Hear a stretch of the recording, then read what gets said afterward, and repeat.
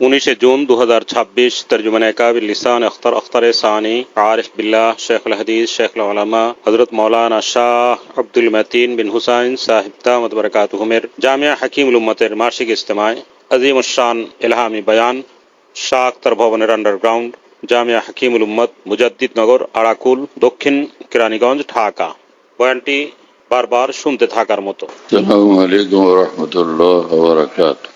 আলহামদুলিল্লাহি ওয়া কাফা ওয়া সালামুন আলা ইবাদিহিল্লাযীনা ইসতাফা। আম্মা বা'দ। আউযু বিল্লাহি মিনাশ শাইতানির রাজীম। বিসমিল্লাহির রাহমানির রাহিম।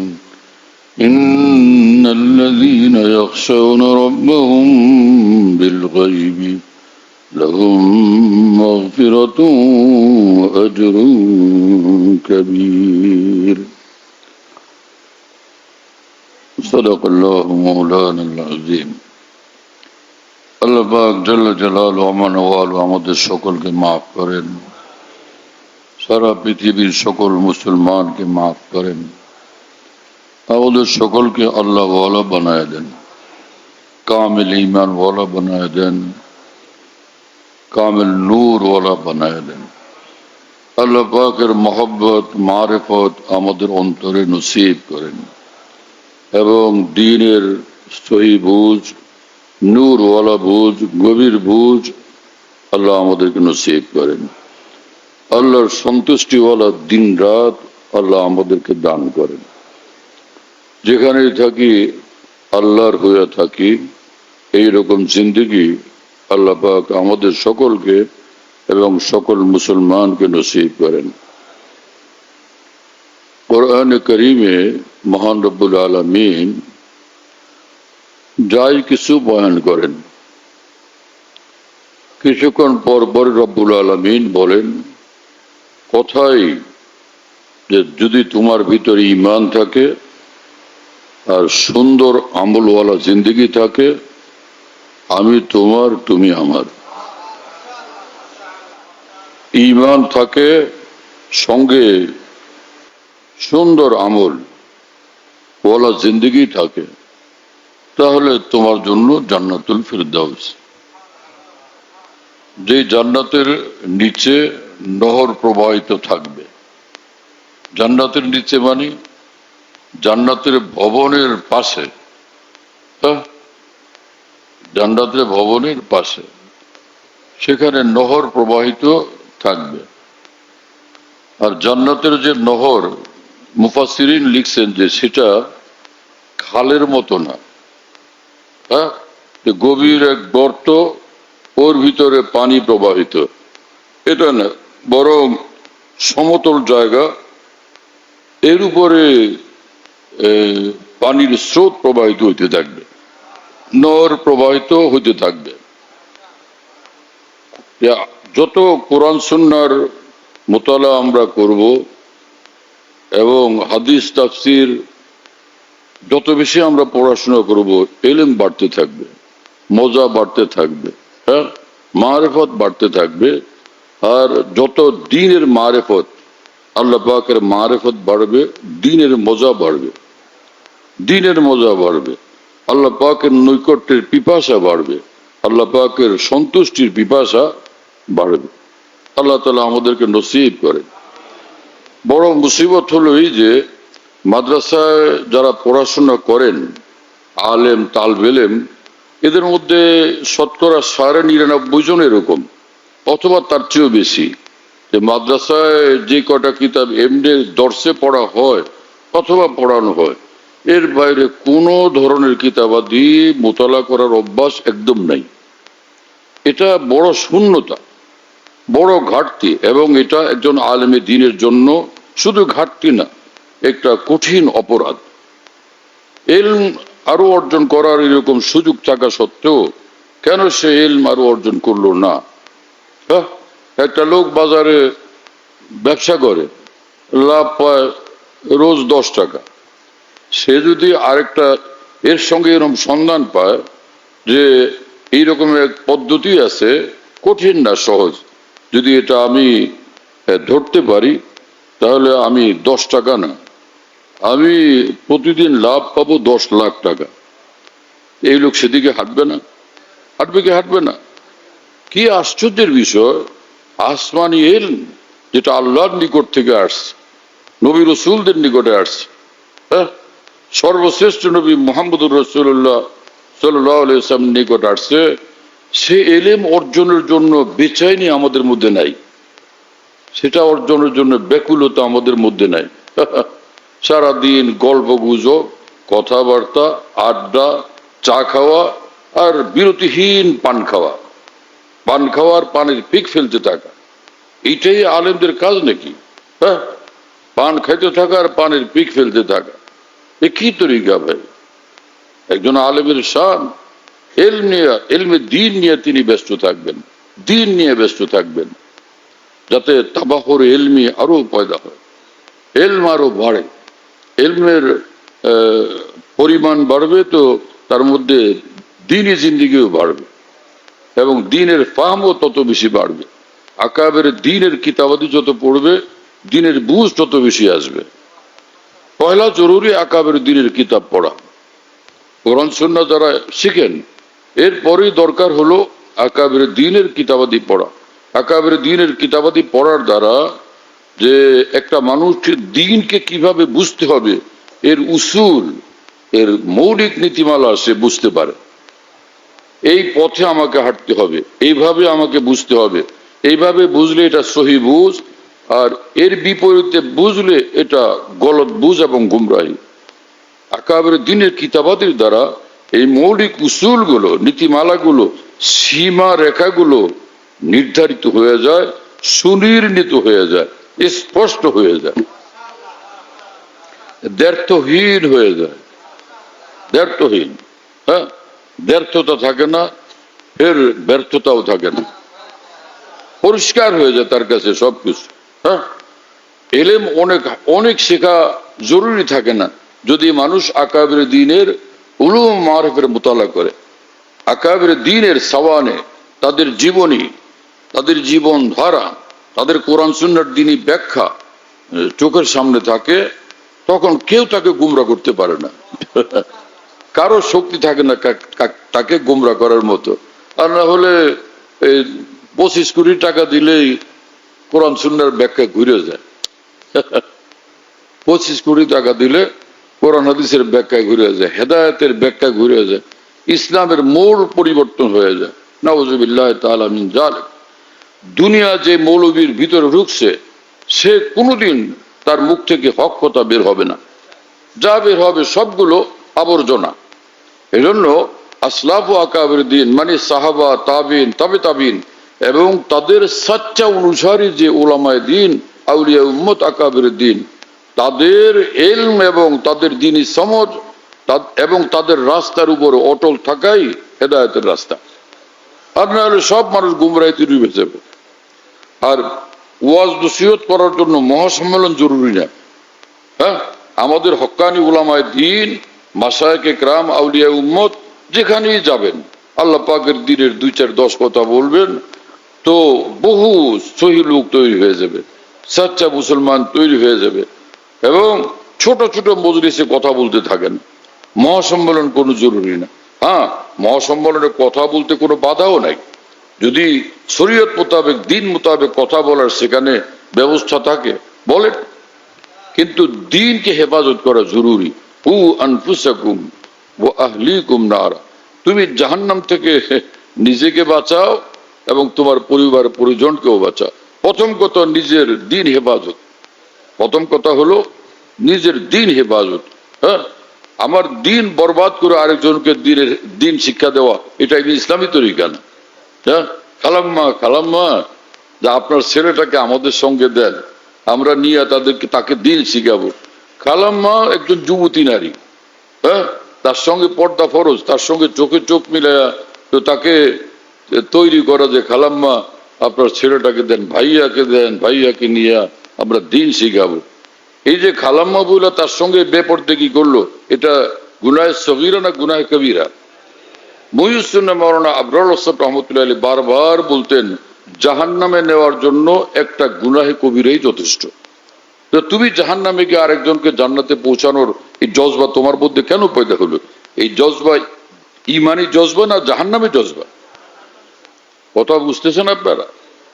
আফসোস লাগে আমার যে আমাদের ওলামাদের কি হলো।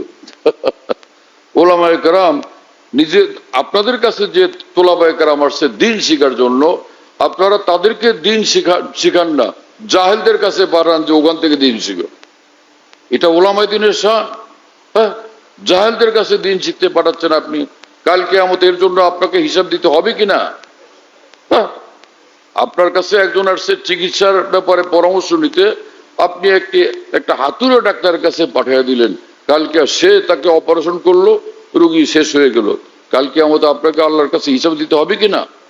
তাহলে যে তোলাবায়ে কেরাম সে হাজারো মায়ের কাছ থেকে সে আসে আপনার কাছ থেকে খাঁটি দিন নেওয়ার জন্য, সহি দিন নেওয়ার জন্য, আপনি জাহেলদের হাতে ন্যস্ত করে দেন তো সেখান থেকে দিন শিখার জন্য, দিনই জিন্দেগি শিখার জন্য। কালকে আমাদের আল্লাহ পাক যদি ধরেন তো হিসাব দেওয়া যাবে? আফসোসের বিষয়। হ্যাঁ, এই যে ওলামাদের মধ্যে এই যে শূন্যতা, এই যে ঘাটতি, হ্যাঁ, বুঝের কমতি কেন পয়দা হলো? আকাবির দ্বীনের ইলম না থাকার কারণে, আকাবির দ্বীনের দ্বীনি জিন্দেগি তার সামনে না থাকার কারণে, আকাবির দ্বীনের হেদায়াত তার চোখের সামনে না থাকার কারণে সব অন্ধকার লাগে, সব অন্ধকার লাগে। পরে অন্ধকারের মধ্যে আন্দা যা করে সেটাই তিনিও করেন। ঠিক না এটা? এজন্য জরুরি যে কোন সাচ্চা আল্লাহ ওয়ালার সঙ্গে সম্পর্ক কায়েম করা, সাচ্চা আল্লাহ ওয়ালা। শেখ আব্দুল কুদ্দুস গঙ্গুই রহমতুল্লাহ আলাইহ ভারত উপমহাদেশের মস্ত বড় এক বুজুর্গ ছিলেন। তিনি বলতেন যে হে ওলামায়ে কেরাম, ইলমে দ্বীনের কোর্স কমপ্লিট করার পর, ইলমে দ্বীনের নিসাব মুকাম্মাল করার পর তোমাদের দায়িত্ব হলো কোন কামেল আল্লাহ ওয়ালার কাছে যাও, গিয়া সেখানে নিজের দ্বীনি জিন্দেগি বানাও, আল্লাহর মহব্বত অর্জন করো, মারিফত অর্জন করো, ইত্তেবায়ে শরীয়ত, ইত্তেবায়ে সুন্নতের জিন্দেগি কাকে বলে সেটা দেখো এবং শিখো। নিজের তরবিয়ত করো, নিজের দ্বীনি তরবিয়ত করো। যখন তোমার মধ্যে দ্বীন পয়দা হয়ে যায়, দ্বীনের সহি বুঝ পয়দা হয়ে যায়, এখন তুমি মিম্বরে যাও, মিম্বর তোমারই মিম্বর হবে। হ্যাঁ, তুমি যেখানে স্টেজে বসো, স্টেজ তোমারই স্টেজ হবে। দুনিয়ার যেখানে তুমি যাও, হ্যাঁ না, বাস তুমি থাকবে সেখানে। আল্লাহ পাক এমন তোমাকে মর্যাদা দান করবেন। হাকিমুল উম্মত মুজাদ্দিদুল মিল্লাত মাওলানা আশরাফ আলী থানভী রহমতুল্লাহ আলাইহি বলেন, আমি শুনলাম যে আমরা দাওরা হাদিস পড়লাম তো আমাদেরকে দস্তারে ফজিলত দেওয়া হবে, সম্মাননার পাগড়ি আমাদেরকে পরানো হবে। আমি ভাবলাম এই আমাদের আকাবির দ্বীন। হ্যাঁ, হুজ্জাতুল ইসলাম মাওলানা কাসিম নানুতুবি, ইমাম রব্বানি মাওলানা রশিদ আহমদ গঙ্গুহি, হযরত মাওলানা ইয়াকুব নানুতুবি রাহিমাহুল্লাহ তাআলা, এত বড় আকাবির দ্বীন, তারা হচ্ছেন আলেমের দ্বীন।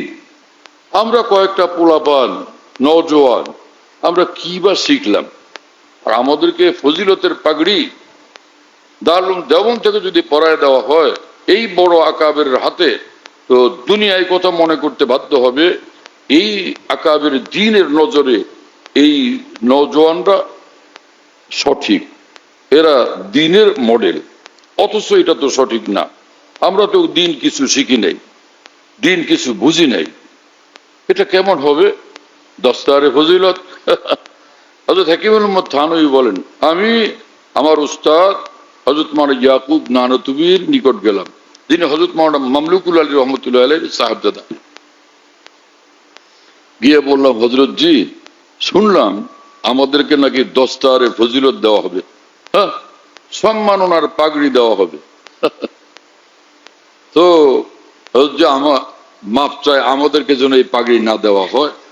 আমাদেরকে পাগড়ি দিলে তো আমাদের আকাবের দ্বীনের বদনামি হবে, দারুল দেওবন্দের বদনামি হবে। এটা কোনোভাবে আমরা মানতে পারবো না। হযরত মাওলানা ইয়াকুব নানুতুবি জোরসে আসলেন, উস্তাদ জোরসে আসলেন এবং বললেন যে, মিয়া, যেহেতু তোমরা উস্তাদদের সামনে আসো, সেজন্য তোমাদের কাছে নিজেকে এমনটা লাগে, এমনটা মনে হয় যে আমরা কিচ্ছু না। হ্যাঁ, কিন্তু ইয়াদ রাখো दुनिया में तुम जहां भी जाओगे बस तुम ही तुम होगे। মিয়া মনে রাখো, দুনিয়াতে তোমরা যেখানে যাবে বাস তোমাদের সামনে আর কেউ থাকবে না, তোমরাই থাকবে সেখানে। সব তোমাদের হাতে থাকবে, সব তোমাদের কন্ট্রোলে থাকবে। হ্যাঁ, পুরা মাজমা তোমাদের হাতে থাকবে। কি কথা বুঝতেছেন প্রিয় বন্ধুরা? সকলের উপর তোমরা গালেব থাকবে। হ্যাঁ, मेरा कमाल इश्क बस इतना है ऐ जिगर वो मुझ पे छा गए मैं जमाने पे छा गया।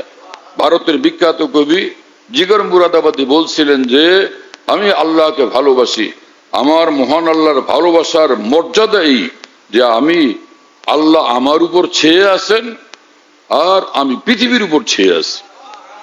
আমি আল্লাহর প্রভাবে আর দাপটে প্রভাবিত, সারা পৃথিবী আমার প্রভাবে আর দাপটে প্রভাবিত। আমাদের আকাবের দিনের শান এমন ছিল, সে ইলম আমাদের অর্জন করতে হবে, সেই জিন্দেগি আমাদের অর্জন করতে হবে, সেই ফাহম আমাদেরকে অর্জন করতে হবে, সেই নূর আমাদেরকে অর্জন করতে হবে, সেই হিম্মত আমাদের মধ্যে আসতে হবে। এই সরকারি ভাবে হিম্মত আসে না। সংসদ ভবনে গিয়া অথবা মহাল সম্মেলনের স্টেজে বসে দাপট দেখানো, এটা কোনো দাপট না। দাপট হলো ইমানের দাপট, দাপট আল্লাহর মহব্বতের দাপট, দাপট হলো মারেফতের দাপট, দাপট হলো ইত্তেবায়ে শরীয়ত, ইত্তেবায়ে সুন্নতের দাপট, দাপট হলো তাকওয়ার দাপট, দাপট হলো তাকওয়ার দাপট। কেসা দাপট শুনো, দাপটের এক দুই ঘটনা শুনো। শুনবা না কি করবা? ইমানের দাপট শুনবা, আল্লাহর মহব্বত মারেফতের দাপট শুনবা তোমরা? আচ্ছা, তো ধীরে ধীরে শোনো ইনশাআল্লাহ, ধীরে ধীরে শোনো। এক বুজুর্গের নিকট গেছেন সাধারণ মুসলমান দলবদ্ধ ভাবে, হুজুর খরা, প্রচন্ড খরা, বৃষ্টি বাদল হয় না, আমাদের জান যায়, আর আমাদের যে গরু ছাগল জন্তু জানোয়ার সবগুলো মহাবিপদে আছে, পানি নাই, ছটফট করতে থাকে গরু ছাগলগুলো আমাদের সামনে, কোত্থেকে পানি খাওয়াবো? এইরকম কঠিন অবস্থা, আর ক্ষেত খামার বাগবাগান সব জ্বলে পড়ে যাইতেছে। হুজুর আপনি আল্লাহর বলি দোয়া করেন, দোয়া করেন যাতে বৃষ্টি হয়। ওই বুজুর্গ বলি আল্লাহ, এক এক বলির এক এক শান। এটা মনে রাখো, সমস্ত আউলিয়াদের মূল শান হলো ইত্তেবায়ে শরীয়ত, ইত্তেবায়ে সুন্নাত। সমস্ত আউলিয়াদের মূল শান ইত্তেবায়ে শরীয়ত, ইত্তেবায়ে সুন্নাত। হ্যাঁ, শরীয়তের উপর তারা অটল এবং অবিচল, এটা হলো তাদের মূল পরিচয় এবং মূল জিন্দেগি। এই বৈশিষ্ট্যই তাদেরকে আসমানের ঊর্ধ্বে উঠায় এবং সমগ্র পৃথিবীতে দাপটওয়ালা বানায়। قال رسول الله صلى الله عليه وسلم من اتقى الله عاش قويا। রাসূলুল্লাহ সাল্লাল্লাহু আলাইহি ওয়াসাল্লাম বলেন, যে ব্যক্তি ইত্তাকাল্লাহ, যে ব্যক্তি আল্লাহর ভয়ওয়ালা অন্তরার জীবন বানাবে, আল্লাহর সন্তুষ্টির অধীনে জীবন পরিচালিত করবে, আল্লাহর নাফরমানির পথ থেকে নিশ্চিত বিরত থাকবে, আশা কবিয়ান, দুনিয়ার যেখানে যাবে প্রচন্ড দাপটওয়ালা সে হবে, শক্তিবান সে হবে। কি কথা বুঝতেছেন প্রিয় বন্ধুরা? এক এক মানুষ, আমাদের আউলিয়া কেরাম কি যে শান ছিল তাদের, এমন হুমকি দিতেন, এমন ধমকি দিতেন, আরে কি ব্যাপার, কোথার থেকে এত সাহস?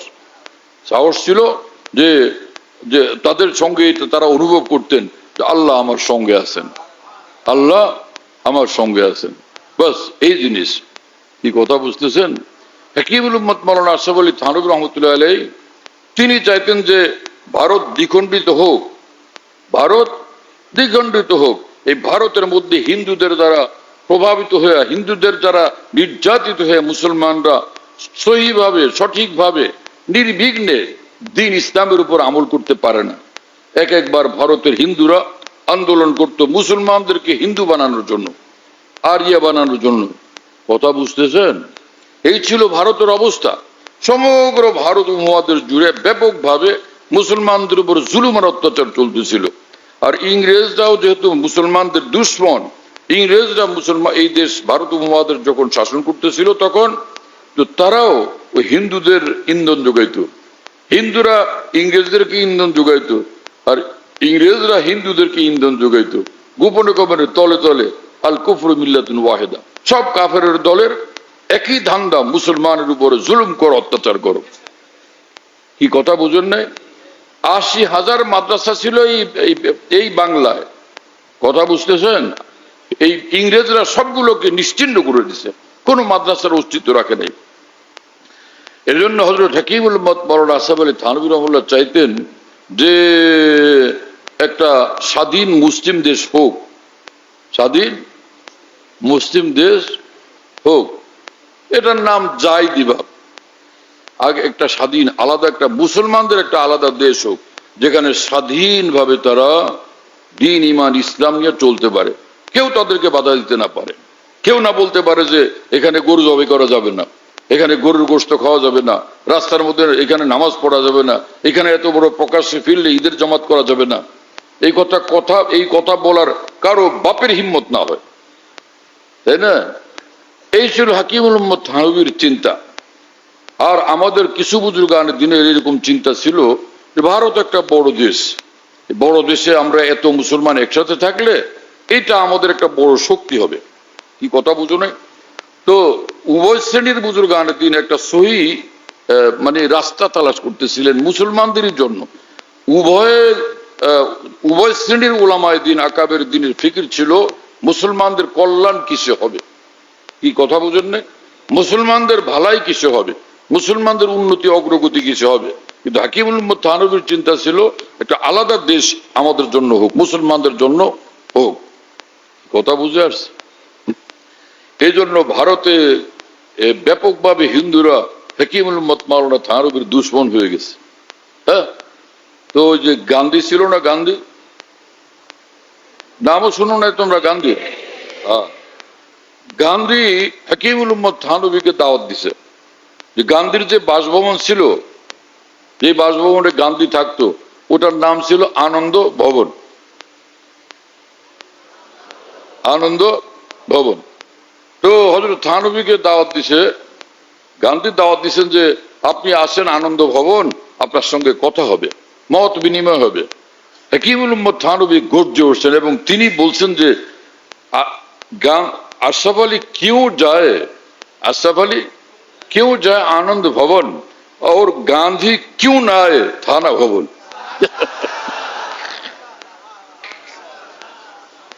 আশরাফ আলী কেন যাবে আনন্দ ভবন, গান্ধী কেন আসে না থানা ভবন? এসা দাপট ছিল। এই দাপট কিসের? তিনি কি কোনো রাষ্ট্রপ্রধান ছিলেন, সেনার প্রধান ছিলেন, প্রধানমন্ত্রী ছিলেন? হ্যাঁ, অস্ত্র শস্ত্রে সজ্জিত ছিলেন? এটা ইমানের দাপট ছিল, এটা ইমানের দাপট ছিল, আল্লাহর মহব্বতের দাপট ছিল। কথা বুঝতেছেন প্রিয় বন্ধুরা? এই এক ঘটনা।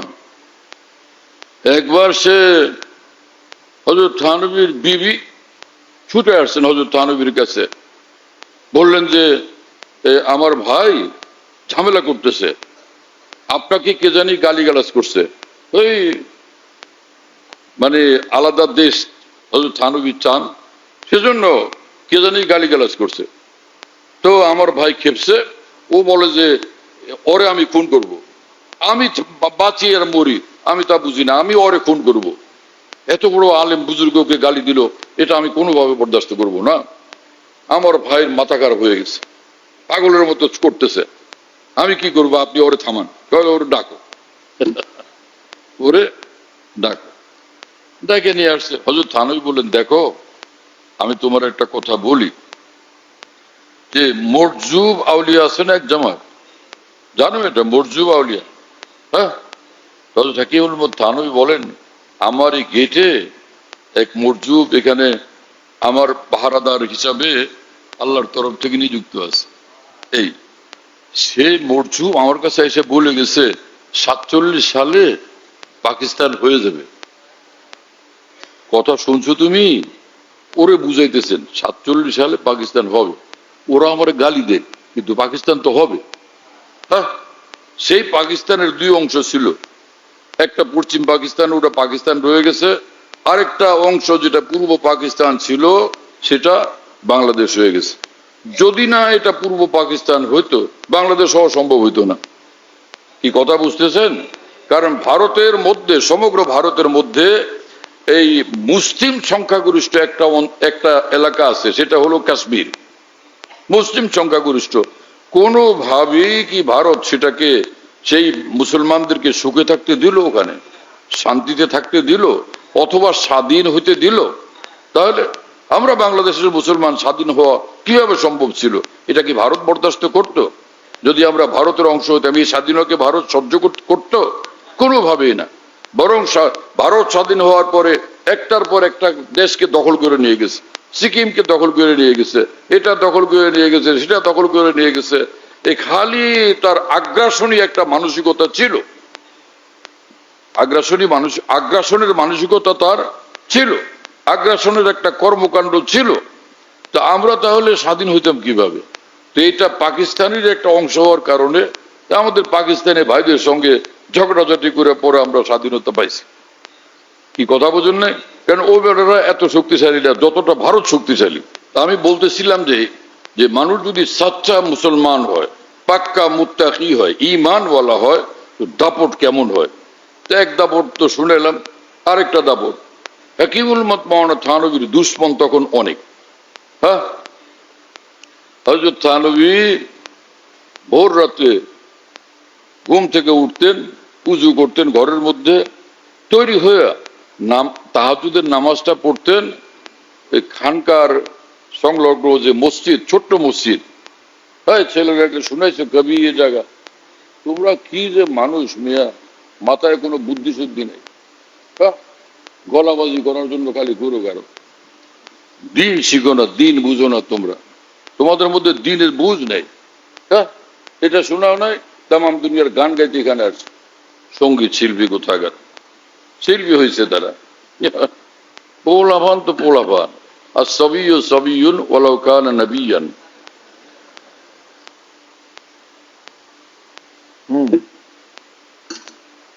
তো হযরত থানভী একদিন ভোর রাত্রে তাহাজ্জুদ পড়ার জন্য তিনি রওনা হয়েছেন, খানকার দিকে যাবেন। ঠিক এমন সময় হযরত হাকিমুল উম্মত থানভীর অন্তরে এলহাম হলো। নবীর নিকট ওহী আছে, আর আউলিয়া কামিলিনের অন্তরে এলহাম আছে, মানে আল্লাহ পাক ঢালেন, এলেম ঢালেন। হ্যাঁ, হাকিমুল উম্মত থানভীর অন্তরে আল্লাহ পাক এলহাম করলেন, আশরাফ আলী, তুমি যে এই মসজিদে যাবা, এই ভোর রাত্রে তোমাকে হত্যা করার জন্য কয়েক দুশ্মন তোমার রাস্তার মধ্যে অপেক্ষমান আছে, ওত পেতে আছে।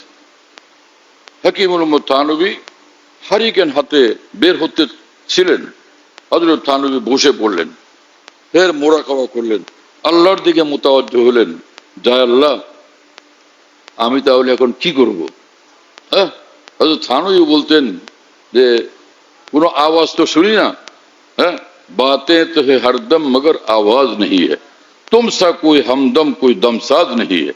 হে আল্লাহ, আপনার মতো এত পরমজন, এত আপনজন, এত একান্তজন, এত ঘনিষ্ঠ জনের কেউ নাই।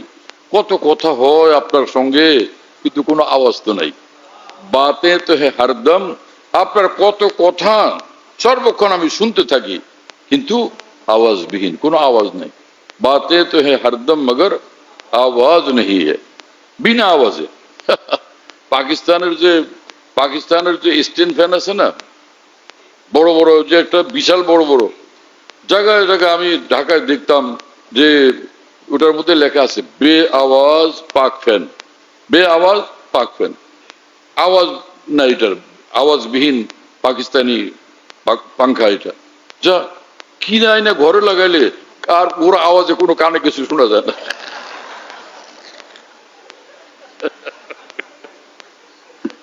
এইরকম মিশা কথা কেমনে লেখে? এটা বে আওয়াজ পাক ফ্যান, কথায় মানে তার মানে হলো প্রচন্ড আওয়াজের পাক ফ্যান। লা হাওলা ওয়ালা কুওয়াতা ইল্লা বিল্লাহ। প্রসঙ্গক্রমে মনে হলো তো বললাম মজার কথা একটা। তো হযরত হাকিমুল উম্মত থানভীর অন্তরে আল্লাহ পাক ঢাললেন যে আশরাফ আলী, তুমি যাও খানকার মসজিদে গিয়ে নামাজ পড়ো, আমি দেখতেছি তোমাকে, আমি দেখতেছি, তুমি যাও। বাস হিম্মত বাড়লো, শুনতেছো ভাইয়েরা, হিম্মত বাড়লো। একলা কাউকে সাথে নেন নাই, এবং কোনো কিছুই না, হাতে একটা হারিকেন জ্বলতেছে, আর হাকিমুল উম্মত থানভী একলাই হাঁটতে হাঁটতে খানকার মসজিদের দিকে যাইতেছেন। ঠিক একটু আগানোর পরেই ওই দুশ্মনরা যারা ওখানে ওত পেতে ছিল একদম হাতে তলোয়ার লাফ দিয়ে উঠে দাঁড়াইছে। যেই হাকিমুল উম্মতের উপর নজর পড়ছে, কাঁপতে কাঁপতে হাতের তলোয়ার ওখানে পড়ে গেছে। আর ওখান থেকে ওরা দৌড়াইতে দৌড়াইতে দৌড়াইতে দৌড়াইতে পালায় চলে গেছে। হ্যাঁ, যখন সেখানে যারা পাঠাইছিল হিন্দুরা, সেখানে গিয়া সেই নেতাদের কাছে যখন ওরা পৌঁছছে, কিরে খবর কি, শেষ করে দিয়ে আসলি কিনা? বলে কিসের শেষ করে দিয়ে আসা, কোন রকম জান নিয়ে পালায় আসছে। হ্যাঁ, কার কাছে পাঠাইছেন আপনারা? তাকে এক নজর দেখার পর আমাদের কোনো হুঁশ ঠিক থাকে নেই, দৌড়াতে দৌড়াতে আমরা পালায় এসে গেছি। কি কথা বুঝতেছেন প্রিয় বন্ধুরা? जिसको খোদা রাখে উসকো কौन চাকে, আল্লাহ যাকে রক্ষা করেন কে তার বিন্দু মাত্র কোনো ক্ষতি করতে পারে? এই যে এটা কি সেই ইমানের শান না, ইমানি দাপট না? হ্যাঁ, তাল্লুক মা আল্লাহর দাপট না, আল্লাহ পাকের মেহেরবানির দাপট না? এজন্য আসল কাজ হলো আমরা আল্লাহকে রাজি করি, আল্লাহকে আমার বানাই, আল্লাহ আমার হয়ে যান, আমি আল্লাহর হয়ে যাই। এটা হলো প্রথম কাজ, প্রধান কাজ। কিন্তু সেটাই আমাদের নাই। যেটা হওয়ার দরকার প্রথম, সেটা আমাদের কিছুই নেই।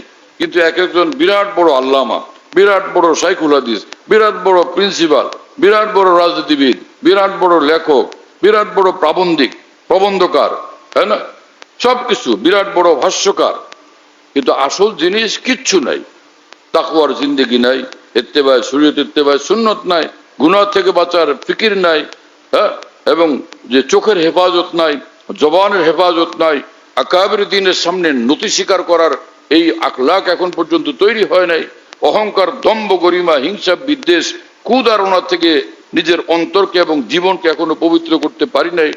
আমরা গিয়া ইসলামের নেতা, ইসলামের লিডার, এই দেখেন না যে কোন ইসলামী দলের বিরুদ্ধে, ওই দলের নেতার বিরুদ্ধে, ওই দলের যিনি মূল ফাউন্ডার তার বিরুদ্ধে যদি কেউ কোনো কথা বললো, চাই সে যত বড় আলেম বুজুর্গ হোক, যত বড় ওলি আল্লাহ হোক, সাইজ করে দেয়। ওই কি এটা ফেসবুক, ফেসবুক আর সামাজিক যোগাযোগ মাধ্যম নাম দিছে সোশ্যাল মিডিয়া, এগুলোর মাধ্যমে এক একজনকে কি পরিমাণ অপদস্থ করা হয়, লাঞ্ছিত করা হয়। এই অপমান করাকে সুন্নত না গুনাহে কবিরা? এই যে এরা এইভাবে মিডিয়াকে ব্যবহার করে এইভাবে মুসলমানদেরকে, আলেমদেরকে বা মাশায়েখদেরকে, আউলিয়া বুজুর্গানকে অপমান করে, অপদস্থ করে, এই সবগুলো জাহান্নামের কীট হবে কিনা? এরা জাহান্নামে যাবে কিনা? এটা মুসলমানের জিন্দেগি? তোমার এই সকল রাজনীতি জাহান্নামী রাজনীতি, এই সকল রাজনীতি লানতের রাজনীতি, যে রাজনীতি তোমাকে খোদার গজবের শিকার করতেছে, জাহান্নামে নিয়ে পৌঁছে দিতেছে। হ্যাঁ, ঈমানওয়ালা তো এরকম হয়, ইন্নাল্লাযীনা ইয়াখশাউনা রাব্বাহুম বিল গায়বি লাহুম মাগফিরাতুন ওয়া আজরুন কাবীর। ঈমানওয়ালা যে আল্লাহকে দেখে না, আল্লাহর ভয় থরথর করে কাঁপতে থাকে, আল্লাহর ভয় থরথর করে কাঁপতে থাকে, দিনে রাতে 24 ঘন্টা, সর্বত্র, সব জায়গাতে, সর্বহালতে, এবং কারোর বিরুদ্ধে মুখ খুলতে পারে না সে আল্লাহর ভয়, তাই না? কাউকে গালি দিতে পারে না আল্লাহর ভয়, কাউকে খুন করতে পারে না সুযোগ থাকলো, শুধু আল্লাহর ভয়। তো মুসলমান তো তাকে বলে, ঈমানওয়ালা তো তাকে বলে। কোরআনে কারিমে মহান রব্বুল আলামিন বলছেন যে ঈমানওয়ালার শানই হলো এই, সর্বহালতে আল্লাহর ভয় সে কাঁপতে থাকে। কথা বুঝতেছেন প্রিয় বন্ধুরা? ইন্নামাল মুমিনুনা আল্লাযীনা ইযা যুকিরাল্লাহু ওয়াজিলাত কুলুবুহুম। হ্যাঁ, ঈমানওয়ালাদের শান হলো আল্লাহর কথা শুনলে তখন তাদের অন্তর কাঁপতে থাকে। ওয়াইজা তুলিয়াত আলাইহিম আয়াতুহু জাদাতহুম ঈমানা। আল্লাহ পাকের কোরআনের এক একটা আয়াত তাদের ঈমানকে বর্ধিত করতে থাকে, আরো শক্তিশালী করতে থাকে। আল্লাহর সঙ্গে ঈমান সূত্রে নৈকট্যের সম্পর্ক, মহব্বতের সম্পর্ককে আরো গভীর, আরো নিবিড়, আরো ঘনিষ্ঠতম করতে থাকে। আর এরা সোশ্যাল মিডিয়ার বড় কারবারি, সোশ্যাল মিডিয়ার বড় উচ্চমানের ইঞ্জিনিয়ার। এমন এক ইঞ্জিনিয়ারিং শিখছে যেটা নিঃসন্দেহে তাকে আল্লাহর আযাব, গজবের উপযুক্ত বানাবে এবং বিলকুল জাহান্নামে নিয়ে পৌঁছে দেবে। হ্যাঁ, যে হাকিমুল উম্মত মুজাদ্দিদ মিল্লাত মাওলানা আশরাফ আলী থানভী রাহমাতুল্লাহ এক গুরুত্বপূর্ণ কথা বলছেন, সেটা হলো যে মুসলমানদের এই কথা খেয়াল করা উচিত যে আল্লাহর হকের চেয়ে এক হিসাবে বান্দার হক বেশি গুরুত্বপূর্ণ। সেটা এই জন্য যে আল্লাহর হক, আল্লাহ পাক তো কোনো কিছুর পরোয়া করেন না, ধার ধারেন না, আল্লাহ কোনো কিছুর মুহতাজ না। হ্যাঁ, এবং রাসূলুল্লাহ সাল্লাল্লাহু আলাইহি ওয়াসাল্লাম বলছেন দোয়া করো আল্লাহর কাছে, ইয়া মান লা তাজুররুহু যুনুব, ইয়া মান লা তাজুররুহু যুনুব ওয়া লা তানকুসুল মাগফিরা হাবলি মা লা ইয়ানকুসুকা ওয়াগফিরলি মা লা ইয়াজুরুক। হে আল্লাহ, গুনাহ আপনার কোনো ক্ষতি করে না, আর ক্ষমা করে দিলে আপনার কোনো কিছু কমে না। তো যে জিনিস দিয়ে দিলে আমাদেরকে আপনার কোনো কমতি হয় না, আর সেই জিনিস আপনি আমাদেরকে দেন। আর যেটা আমাদেরকে ধ্বংস করে দিবে দুনিয়া আখিরাতে, সেই গুনাহ আপনি দয়া করে মাফ করে দেন। কি কথা বুঝতেছেন? কিরকম কথা? হ্যাঁ। এবং রাসূল পাক সাল্লাল্লাহু আলাইহি ওয়াসাল্লাম দোয়া শিক্ষা দিয়েছেন যে বলো আল্লাহর কাছে, আল্লাহুম্মা মাগফিরাতুকা আওসাউ মিন যুনুবি, হে আল্লাহ আমার যা গুনাহ, কিন্তু আপনার রহমত তার চেয়ে সীমাহীন। আমার গুনার তুলনায় আপনার রহমত এবং দয়া সীমাহীন, সেটা আপনি দেখেন। হ্যাঁ, আমার গুনাহ তো সামান্য কিছু আপনার সীমাহীন রহমতের সামনে। আল্লাহুম্মা মাগফিরাতুকা আওসাউ মিন যুনুবি, হ্যাঁ, ওয়া রাহমাতুকা আরজা ইনদি মিন আমালি। মাগফিরাতুকা, আপনার মাগফিরাত, আপনার ক্ষমা সীমাহীন আমার গুনার চেয়ে, আর আপনার রহমতের কুল কিনারা নেই। তো এইরকম তো আপনার শান। আল্লাহ পাক তো আল্লাহ পাক, আল্লাহ তাআলা যদি বলে দেন যে যা মাফ করে দিলাম, মাফ করে দিলাম, গেল সব।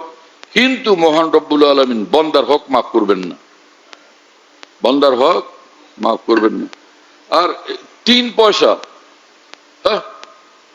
3 পয়সা, হাকিমুল মুতানবী লিখছেন যে 700 কবুল নামাজ, 3 পয়সার জন্য কোন বান্দা আমার কাছে 3 পয়সা পাও না, আমি সেটা পরিশোধ করি নাই, সেই জন্য 700 কবুল নামাজ তাকে দিয়ে দিতে হবে। কি কথা বুঝতেছেন? তো 3 যা হযরত থানভী বলেন যে তোমার 700 কবুল নামাজের দাম হলো টোটাল 3 পয়সা। এক বান্দার 3 পয়সা, তার বিনিময়ে তোমাকে দিতে হবে 700 কবুল নামাজ। কি মহাবিপদের কথা! তাহলে বান্দার হক মামুলি ব্যাপার না, অত্যন্ত কঠিন ব্যাপার। তাহলে সে আল্লাহর বান্দাদের উপর জুলুম অত্যাচার করে, তাদেরকে গালাগালি করে, তাদেরকে অপমান করে, অপদস্থ করে, ফের আমরা চলছি কোন দিকে? জান্নাতের পথে না জাহান্নামের পথে?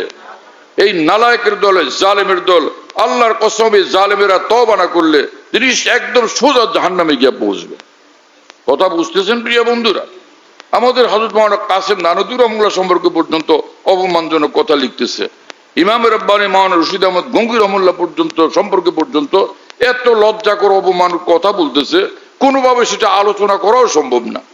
যারা এইসব লিখতেছে, আল্লাহ দুনিয়াতে আপনি তাদের উপর গজব নাজিল করে ওদেরকে ধ্বংস করে দেন। আমরা আর কার কাছে বলবো? হে আল্লাহ, আপনি দেরি করেন না, দুনিয়াতেই জালেমদের উপর আযাব গজব নাজিল করে ওদেরকে চরম শিক্ষা দিয়ে দেন, ওদেরকে ধ্বংস করে দেন, কুত্তা শিয়ালের খোরাক ওদেরকে বানায় দেন।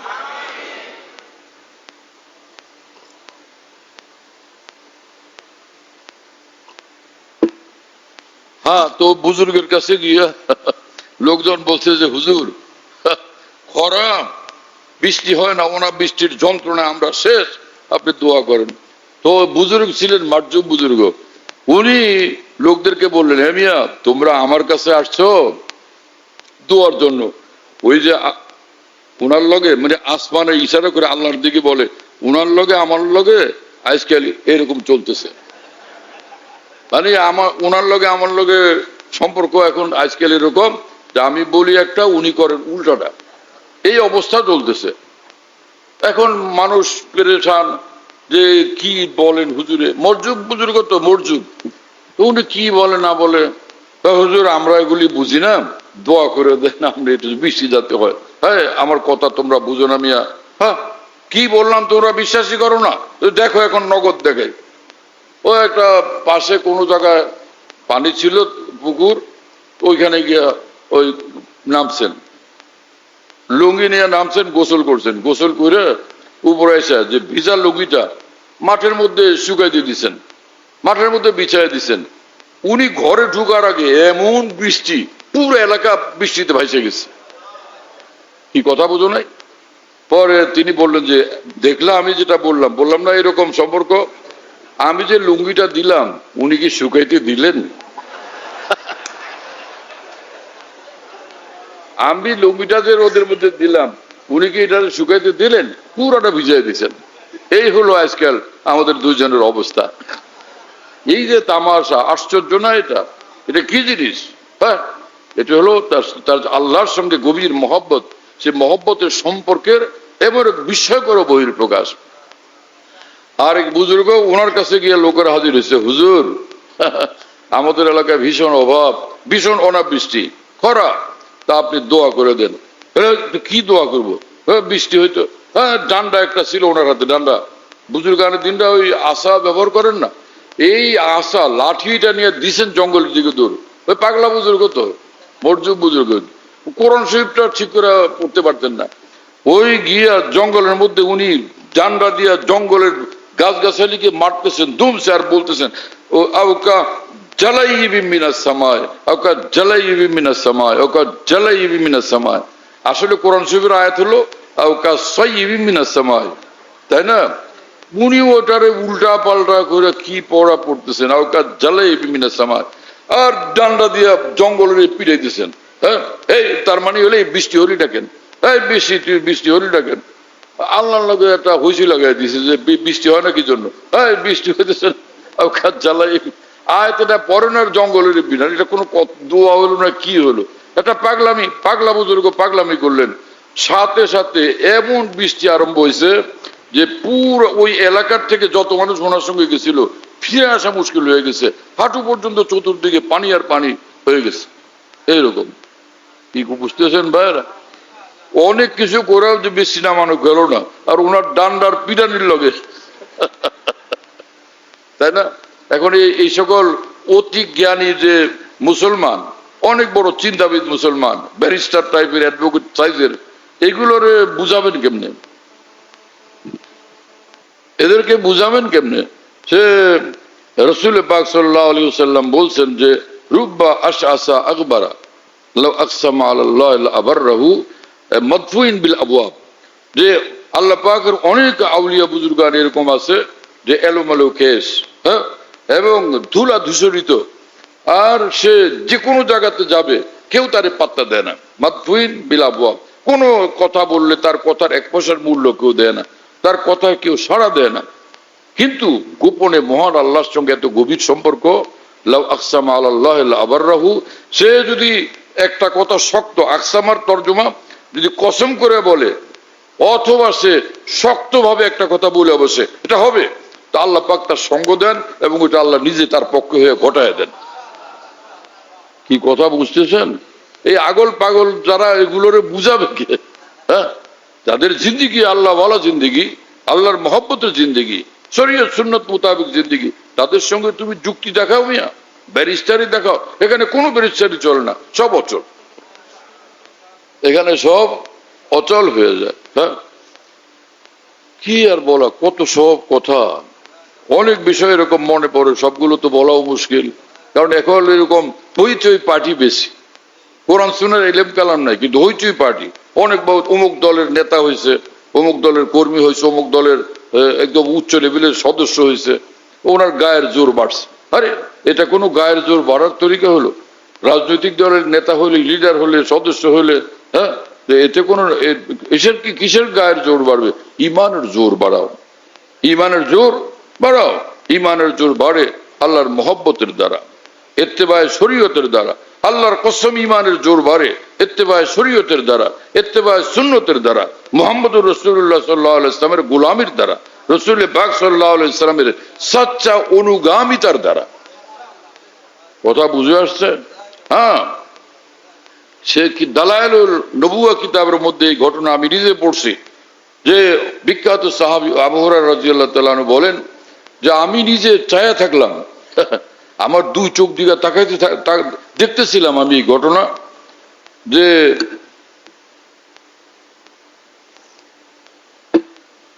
হ্যাঁ, কি সাহাবী যার নাম ভুলে যায়, আলা ইবনে হাজরামি। হ্যাঁ, এটা ফৌরন ইয়াদ করো, আলা ইবনে হাজরামি। তিনি দরিয়ার কিনারায় গিয়া যখন দেখলেন যে দরিয়া পার হইয়া শত্রুদের, যে ইসলামের দুশ্মনদের ওই পাশে, দরিয়ার ওই পাশে গিয়া তাদের উপর আক্রমণ করার জন্য ওই পারে যাওয়া লাগবে, কিন্তু দরিয়ার পার হওয়ার জন্য কোনো জাহাজের ব্যবস্থা নেই। আগেই শত্রুরা এগুলো সরায় ফেলছে। হযরত আলা ইবনুল হাজরামি রাদিয়াল্লাহু তাআলা আনহু বিখ্যাত সাহাবী, জবরদস্ত সাহেবুল কারামাত সাহাবী, তিনি বললেন সৈন্যদেরকে, তোমরা এই ঘোড়া সহ দুনিয়াতে ঝাঁপ দাও। ঘোড়া সহ দুনিয়াতে ঝাঁপ দাও।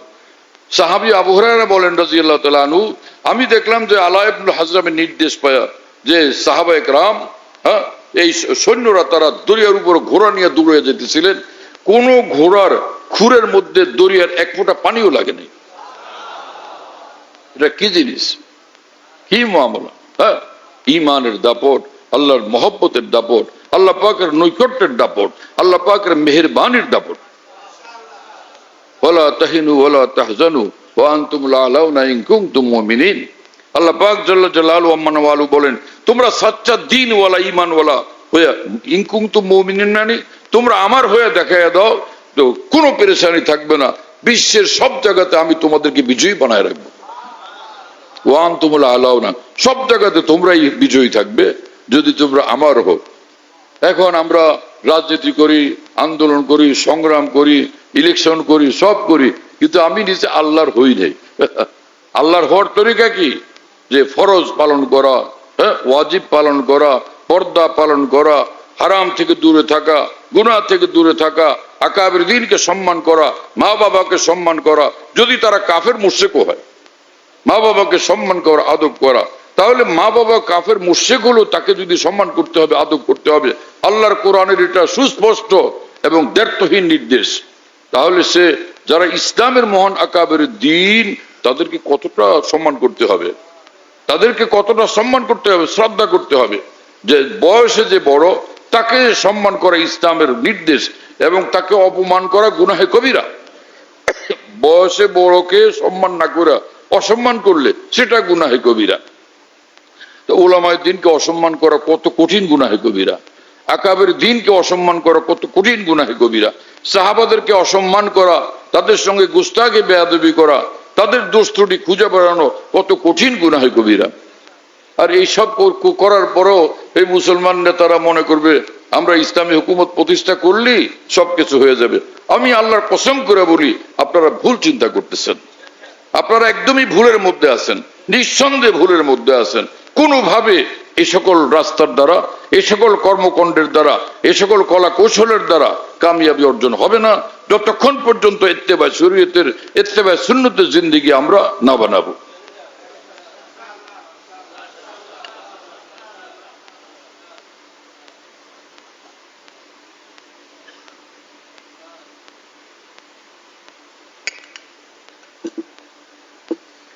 কথা বুঝে আসতেছে কিছু?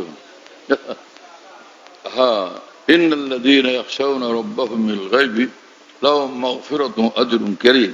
তো আজরুন কবীর, আজীব মামলা। হ্যাঁ, কোরআনে কারীমে একটু পরপরই জায়গায় জায়গায় বারবার রব্বুল আলামিন বলেন নানান ভাষায়, ভাষাটা একটু বদলায়া, বাক ধারাটা একটু বদলায়া, বর্ণনা ভঙ্গিটা একটু বদলায়া, একই কথা রব্বুল আলামিন কত না ভাবে আমাদেরকে বলতে থাকেন, হুদাল লিল মুত্তাকিন।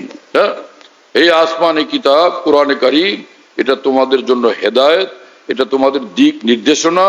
এই কিতাবের হেদায়েত এবং দিক নির্দেশনা যদি তোমাদের জীবনে প্রতিফলিত হয়, তোমরা সব মুত্তাকিন হবে, তোমরা সব আল্লাহর ওলি হবে, তোমরা সব আল্লাহ ওয়ালা হবে। এই কিতাব নাজিল হয়েছে আমাদেরকে মুত্তাকি বানানোর জন্য। এখন আমরা জালালাইন হেদায়েত সালেস পড়ি, হেদায়েত রাবে পড়ি, মাস্টার অফ ফিকহ হইতেছি, মাস্টার অফ ফতোয়া হইতেছি, সবকিছু, কিন্তু মাস্টার অফ তাকওয়া তো হলাম না, মাস্টার অফ ইত্তেবা শরীয়ত, ইত্তেবা সুন্নাত তো হলাম না। না উস্তাদের মধ্যে দ্বীন জিন্দা হলো, না তালিবে ইলমের মধ্যে দ্বীন জিন্দা হলো, না উস্তাদের মধ্যে তাকওয়া আসলো, না তালিবে ইলমের মধ্যে তাকওয়া আসলো। তো একই জিনিস, এটা আমলে সালেহ, আমিলুস সালেহ, আমলে সালেহ যা, খাসিয়ত যা, তাকওয়া যা, সবটার দ্বারা আল্লাহ পাক এক জিনিসকে কোরআনে পাকের মধ্যে বারবার বুঝাইতেছেন। এই কথা বুঝতেছেন প্রিয় বন্ধুরা? হ্যাঁ, তাকওয়া মানে গুনাহমুক্ত জিন্দেগি বানাও। তার মানে সব তাফসীরের কিতাবে এক কথা, ইমতিসাল আওয়ামির ওয়াজতিনাবুন নওয়াহি, অর্থাৎ ইজতিনাবুন নওয়াহি এটা করি না, ইজতিনাবুল আওয়ামির, ইমতিসাল আওয়ামিরের দ্বারা অর্থ কি? তোমরা গুনাহ থেকে বিরত থাকো, আর যা আল্লাহ পাকের অবধারিত নির্দেশ সেটাকে পালন করো। তার মানে ফরজ ওয়াজিব পুরো পালন করো, ফরজ ওয়াজিব গুলো আদায় করো, সব গুনাহের কাছ থেকে তোমরা বিরত থাকো। এটা তাকওয়া, এটাই খাসিয়তে এলাহিয়া। এই খাসিয়তে এলাহিয়া প্রথম পয়দা হয় অন্তরে, ফের সমগ্র জীবনকে সেটা প্রভাবিত করে, পরিচালিত করে, নিয়ন্ত্রিত করে। এজন্য রাসূলুল্লাহ সাল্লাল্লাহু আলাইহি সাল্লাম যে বলতেছিলেন আত্তাকওয়া হা হুনা, যে আল্লাহর ভয় থাকে এখানে, সিনার দিকে ইশারা করে বলছেন, সে আল্লাহর ভয় থাকে সিনার মধ্যে, বুকের মধ্যে, অন্তরের মধ্যে আল্লাহ পাকের ভয় থাকে। সেই অন্তরের ভিতরে যার আল্লাহর ভয় পয়দা হয়, সেটা তার সমগ্র অঙ্গ প্রত্যঙ্গ এবং জীবনকে নিয়ন্ত্রণ করে। আল্লাহর ভয় অন্তরে পয়দা হয়, সেই ভয় চক্ষুকে নিয়ন্ত্রণ করে। সেজন্য সে ভিতর থেকে আল্লাহর ভয়, খাসিয়ত, তাকওয়া, আল্লাহর ভয় ভিতর থেকে তাকে নিয়ন্ত্রণ করে। সেজন্য সে মিথ্যা কথা বলে না, সেজন্য সে কাউকে গালি দেয় না, সেজন্য সে কুদৃষ্টি করে না, সেজন্য হাত পা দ্বারা কারো প্রতি জুলুম করে না, সেজন্য সে কারো হক দখল করে না, কারো হক নষ্ট করে না। কি কথা বুঝতেছেন? ভিতরে আল্লাহর ভয় পয়দা হইতে হবে, এটা হলো মূল জিনিস। সেটা আমাদের মধ্যে কিচ্ছুই নেই। হ্যাঁ, আল্লাহর ভয় যদি ভিতরে থাকে, তাহলে তুমি এরকম অন্যায়, তোমার জীবনে এরকম এইভাবে জুলুমের জীবন হয় কিভাবে? আরেকজনের কোটটা নিয়ে যাও, আরেকজনের পকেট থেকে পয়সা নিয়ে যাও, সিন্দুক থেকে পয়সা নিয়ে যাও, আরেকজনকে গালি দাও, আরেকজনকে অপদস্থ করো, অপমানিত করো, এটা কিভাবে সম্ভব হয়? হ্যাঁ, যেখানে একজন মুসলমানকে সম্মান করতে বলছেন রাসূলুল্লাহ সাল্লাল্লাহু আলাইহি ওয়াসাল্লাম। এমনকি আল মাকাসিদ আল হাসানা কিতাবে এক রিওয়ায়াত আছে যে ইজা জাকুম কারীমু কওমিন ফাআকরিমুহু। হ্যাঁ, ইসলামের শিক্ষা যে তোমাদের নিকট যদি, হে মুসলমানরা, সমাজের কোন সম্মানিত ব্যক্তি আসেন, তোমরা তাকে সম্মান দিবে। সমাজের কোন সম্মানিত ব্যক্তি আসলে, কি কথা বুঝতেছেন? তো রাসূলুল্লাহ সাল্লাল্লাহু আলাইহি ওয়াসাল্লামের শ্বশুর আবু সুফিয়ান রাদিয়াল্লাহু তাআলা আনহু, তিনি তখনও মুসলমান হন নাই। কি কথা বুঝতেছেন? তিনি তখনও মুসলমান হন নাই, কিন্তু রাসূলুল্লাহ সাল্লাল্লাহু আলাইহি ওয়াসাল্লামের নিকট মদিনা শরীফে সাক্ষাৎ করতে আসলে আল্লাহ রাসূল সাল্লাল্লাহু আলাইহি ওয়াসাল্লাম তার জন্য নিজের চাদর বিছিয়ে দিয়েছেন সম্মানার্থে, তিনি যেন বসেন। এই রসুল, আল্লাহ রসুলের চাদরের উপর। আমার কথা আপনারা বুঝতে পারতেছেন? আল্লাহ রসুল সাল্লাল্লাহু আলাইহি ওয়াসাল্লাম বললেন কি, সমাজের একজন নেতা আসলে, সম্মানিত ব্যক্তি আছে, তাকে সম্মান করা। এই হাদিসের উপর আমাদের আমল আছে?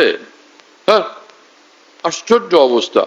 আমাদের উলামায়ে কেরাম এত এলোমেলো বুঝ অনেকের, যে সমাজের কোন এরকম বিশিষ্ট ব্যক্তি আসলে হয়তো একটা তাকে চেয়ারও দিলাম না, পাত্তাও দিলাম না, একটু কথাও বললাম না, ড্যাম কেয়ার। এটা কি হাদিসের মোতাবেক? এই তালিমের মোতাবেক হলো? এইরকম করা চাই না। হাজী ইমদাদুল্লাহ মুহাজির মক্কি রহমতুল্লাহ আলাইহি বলতেন, আমাদের উলামায়ে কেরামের নিকট, আমাদের বুজুর্গানের নিকট যে দুনিয়াদার লোকেরা আসে, হ্যাঁ, যে আমির উমারারা আসে, আল্লাহর জন্য আসে, তাদেরকে আমরা সম্মান করে দিন শিখাবো। হাজী সাহেব রহমতুল্লাহর এই কথা যে কোরআন সুন্নাহর শিক্ষার মোতাবেক কি না? বলেন ভাই। ইজা জাকুম কারীমু কওমিন ফাআকরিমুহু। এখন এখানে একটা বিষয়, সেটা হলো যে আমাদের সমাজের একজন সম্মানিত ব্যক্তি আসলে তাকে সম্মান করার যদি নির্দেশ থাকে আল্লাহর রসুলের পক্ষ থেকে, রাসূলুল্লাহ সাল্লাল্লাহু আলাইহি ওয়াসাল্লাম নিজে যাদেরকে সম্মান করতেন, মহব্বত করতেন, সেই সাহাবায়ে কেরাম রাদিয়াল্লাহু তাআলা আনহুম, তাদেরকে সম্মান করা উম্মতের উপরে কতটা কর্তব্য, আর তাদের প্রতি অসম্মানজনক আচরণ করা কত কঠিন অপরাধ হবে। অথচ একদল প্রবন্ধকার এবং পত্রিকার সম্পাদক এবং রাজনৈতিক নেতা এই উসমান রাদিয়াল্লাহু আনহু সম্পর্কে যাতা লিখে বসছেন, মুয়াবিয়া রাদিয়াল্লাহু তাআলা আনহু সম্পর্কে যাতা লিখে বসছেন, আমর ইবনে আস রাদিয়াল্লাহু তাআলা আনহু সম্পর্কে যাতা লিখে বসছেন, আবু মুসা আশআরী রাদিয়াল্লাহু তাআলা আনহু সম্পর্কে যাতা লিখে বসছেন। আপনাদের এই কলমের জন্য কাল কিয়ামতে কোনো হিসাব কিতাব হবে কি হবে না সেটা জিজ্ঞাসা করি। হ্যাঁ, যেখানে মহান রব্বুল আলামিনের কোরআন বলে, মা ইয়ালফিজু মিন কাউলিন ইল্লা লাদাইহি রাকিবুন আতীদ, মানুষের জবান থেকে যে শব্দ বের হয় প্রতিটি শব্দ ফেরেশতারা সংরক্ষণ করতে থাকেন। কাল কিয়ামতে এর জন্য হিসাব, আল্লাহর কাছে হিসাব দিতেই হবে। হ্যাঁ, রাজনৈতিক দলের নেতা হলে, ইসলামী দলের নেতা হলে, তখন আল্লাহ পাক কোন জায়গাতে এটার জন্য ছাড় ঘোষণা করছেন? কি কথা বুঝতেছেন প্রিয় বন্ধুরা? আল্লাহ আমাদেরকে বুঝ দান করেন। আমরা যা কিছু এলমে দিন শিখি, আমাদের মাদ্রাসাগুলোর মধ্যে এটা দরকার, এটা জরুরি যে আমরা এলমে দিন শেখার পাশাপাশি আমলি জিন্দেগি বানাবো। যে কথা আমি একটু আগে বলতেছিলাম, যেখানে কোরআনে পাক ইমানের কথা বলে, সঙ্গে যে আমল একটু ঠিক করো, এই ইমানওয়ালারা আমলটা ঠিক করো। ইন্নাল্লাযীনা আমানু ওয়া আমিলুস সালিহাত, হ্যাঁ, উলাইকা হুম খায়রুল বারিয়া, যারা ইমানওয়ালা নেক আমলওয়ালা সারা বিশ্বের মাখলুকের মধ্যে তারা সর্বশ্রেষ্ঠ। খায়রুল বারিয়া আমানু ওয়া আমিলুস সালিহাত। আমিলুস সালিহাত মানে, আমিলুস সালিহাত কি জিনিস? মানে ইত্তেবায়ে শরীয়ত। আমিলুস সালিহাত মানে ইত্তেবায়ে শরীয়ত। আর ইত্তেবায়ে শরীয়ত মানে গুনাহ ত্যাগ করা, হালাল খাওয়া, হ্যাঁ, এবং ফরজ ওয়াজিব আদায় করা, আর সব যে কোনো মাখলুকের উপর জুলুম থেকে, কারো হক নষ্ট করা থেকে বিরত থাকা। এটা হলো আমিলুস সালিহাত, এটা হলো ইত্তাকুল্লাহ, এটাই ইত্তাকুল্লাহ, এটাই আমিলুস সালিহাত। কথা বুঝতেছেন প্রিয় বন্ধুরা? সব জায়গাতে একই অর্থ, সব জায়গাতে একই অর্থ, কিন্তু আমাদের কারো কাছে মনে হয় যে বিষয়টা স্পষ্ট থাকে না। আমিলুস সালিহাত মানে কি? সারা দিন রাত এই নফল নামাজে মশগুল থাকা। আমরা এটা করবো ইনশাআল্লাহ তাআলা। আমাদের ফরজ ওয়াজিব আমলগুলো সুন্দর করব, হ্যাঁ, গুনাহ থেকে বাঁচবো ইনশাআল্লাহ। না, আমাদের দ্বীনি প্রতিষ্ঠানগুলো, দ্বীনি মাহৌলগুলোর মধ্যে যেসব গুনাহ বেশি হয়, একটা হলো কুদৃষ্টি, আরেকটা হলো এই যে গীবত এবং জবানের অপব্যবহার, হ্যাঁ, আরেক বিষয় হলো যে একজন আরেকজনের প্রতি কুধারণা, একটা হলো হিংসা বিদ্বেষ, আরেকটা হচ্ছে যে কেউ কাউকে কষ্ট দেওয়া, কেউ কাউকে অসম্মান করা, কারো জিনিস তার অনুমতি ব্যতীত ব্যবহার করা। এগুলো হয় কিনা? আমরা এইসব গুনাহ থেকে বাঁচবো ইনশাআল্লাহ তাআলা। বলো ভাই, সকলে এই গুনাহ থেকে বাঁচবো কিনা ইনশাআল্লাহ? আল্লাহ পাক আমাদের তৌফিক দেন। আর একটা গুনাহ হয়, সেটা হলো নাজায়েজ সম্পর্ক, যে সম্পর্ক সহি না, আল্লাহ রসুলের নজরে যে সম্পর্ক সঠিক না, এরকম সম্পর্ক বানানো। এই সম্পর্ক বানানো, এটা কি গুনাহ হবে না? এর দ্বারা আল্লাহ নারাজ হবেন না খুশি হবেন?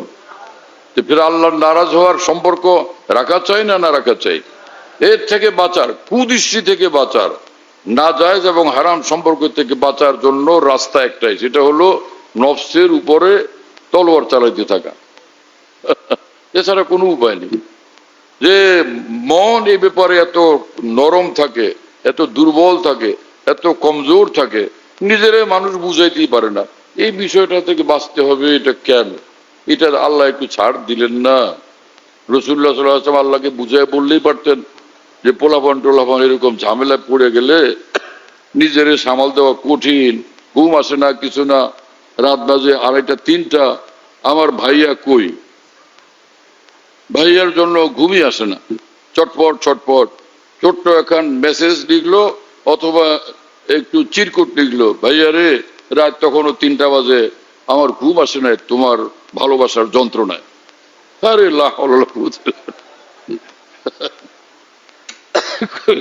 যেহেতু আল্লাহ রসুল এ ব্যাপারে পারমিশন দেন নাই, এরকম হট্টগোল করার কোনো সুযোগ নাই, তাহলে কি করতে হবে?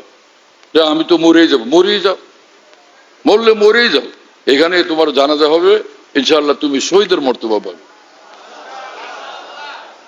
হ্যাঁ, হাদিস শরীফে আছে, মান আশিকা ফাকাতামা ফাআফা ফাকাতামা সুম্মা মাতা মাতা শাহীদান। হ্যাঁ, যে ব্যক্তি কারো প্রতি আসক্ত হয়ে গেল মনে মনে, কিন্তু সে আল্লাহর ভয়ে সেটাকে গোপন রাখলো, কলমে কাগজে মুখের ভাষায় অথবা আচরণে কোনোভাবে সেটা প্রকাশ করলো না, সে অবৈধ নাজায়েজ আসক্তি যাকে প্রকাশ করে নাই এবং কুদৃষ্টিও করে নাই। হ্যাঁ, আর এই মানসিক এই আসক্তির যন্ত্রণা, এটাকে প্রকাশ না করে, এর দ্বারা কিছু না ঘটায়া এইভাবে তার মৃত্যু হয়ে গেছে, মাতা শাহীদান, তো সে শহীদি মৃত্যু তার নসিব হবে। তো মজা হলো না?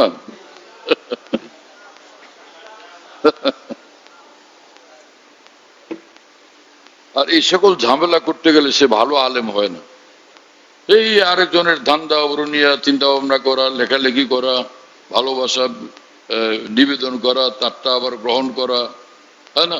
ফের একসাথে ঘুরতে যাওয়া, চকলেট বিনিময় করা, ফের জনাব একজন আরেকজনকে গিফট করা, কলম দেওয়া, কাগজ দেওয়া, কাপড় চোপড় দেওয়া, পয়সা করি দেওয়া, একটা মুস্তাকিল শয়তানি যন্ত্রণা, পাকাপাকি একটা মহা শয়তানির এই আড্ডা, মহা শয়তানির একটা ঝামেলা তৈরি হয়ে যায়।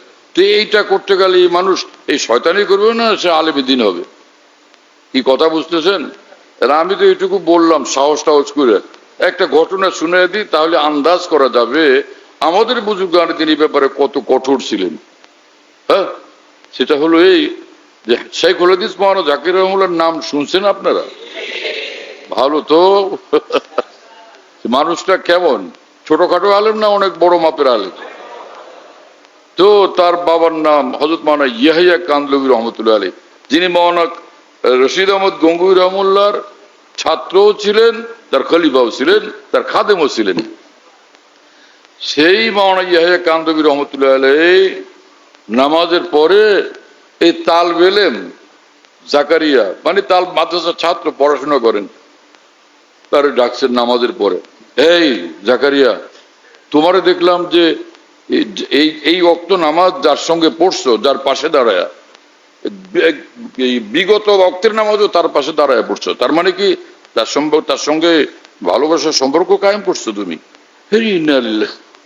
আব্বা আমি খেয়াল করি নাই যে আমি কি আল্লাহ করে দাঁড়ায় গেছি, পাশে কি আমি খেয়াল করি?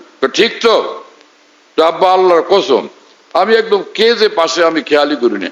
খবরদার, এক নামাজ যার সঙ্গে পড়ছো, দ্বিতীয় ওয়াক্ত তার সঙ্গে দাঁড়ায় পড়বা না। কি কথা বুঝতেছেন? মানে এটা আলামত যে দুইজনের মধ্যে সম্পর্ক পয়দা হয়েছে। এইটার ব্যাপারে মাওলানা জাকির সাহেব রহমুল্লাহ, তার বাবা তার প্রতি এত কঠোর ছিলেন। তো মাওলানা ইয়াহিয়া কান্দলভী এত বড় আলেম দ্বীন, নায়েবে রাসূল, মুহাদ্দিস, এত বড় বুজুর্গ, আর তিনি তার সন্তানের সঙ্গে এমন কঠোর যে ছিলেন, তাকে নষ্ট করার জন্য না কামিয়াব করার জন্য, তাকে ছোট বানানোর জন্য না বড় বানানোর জন্য? তাহলে সেই পথটা, সে কষ্টকর পথটা আমাদেরও যে অনুসরণ করার দরকার, এই ঘটনা থেকে সেটা কি একদম স্পষ্ট হয়ে যায় না? আমরা এটা করার জন্য আমাদেরকে দৃঢ় সংকল্প করতে হবে, করবো আমরা ইনশাআল্লাহ তাআলা। আর যদি এটা না করি তাহলে এই ঝামেলাপূর্ণ ভালোবাসার পথে জীবনটা বরবাদ হয়ে যাবে। এমনটা না করা চাই। আল্লাহ পাক আমাদেরকে বুঝ দেন এবং তৌফিক দেন এবং কবুল করেন।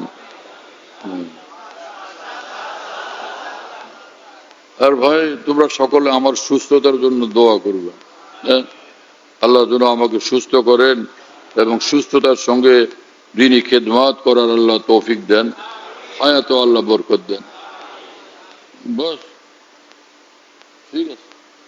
আলহামদুলিল্লাহ রাব্বিল আলামিন ওয়া সাল্লাল্লাহু আলা নবিয়্যিল কারীম। আমি আগের থেকে কোনো প্রস্তুতি নিয়ে আসতে কখনো পারি না। মানে চাই উলামাদের মজলিসে হোক, তোলাবাদের মজলিসে হোক, অথবা সাধারণ মুসলমানদের মজলিস মাহফিলের সম্মেলন হোক, কোনো জায়গাতেই আমি আগের থেকে কোনো বয়ান রেডি করে তৈরি করে নিয়ে আসতে পারি না, সম্ভবই হয় না। কথা বুঝুন নাই? একদমই শূন্য অবস্থা, খালি হাত, কিছু দোয়া কালাম পড়ে তখন আয়সা বসি, আল্লাহ পাকের যা মেহরবানি হয় বস কিছু কথাবার্তা হয়। আল্লাহ তাআলা ভালোগুলো নিজ দয়া কবুল করেন, আর যেগুলো কোনো মন্দ কথা সেগুলো আল্লাহ পাক মাফ করে দেন, এবং সেগুলোর ক্ষতি খারাপি থেকে আমাকেও এবং সমস্ত মুসলমানকে হেফাজত করেন।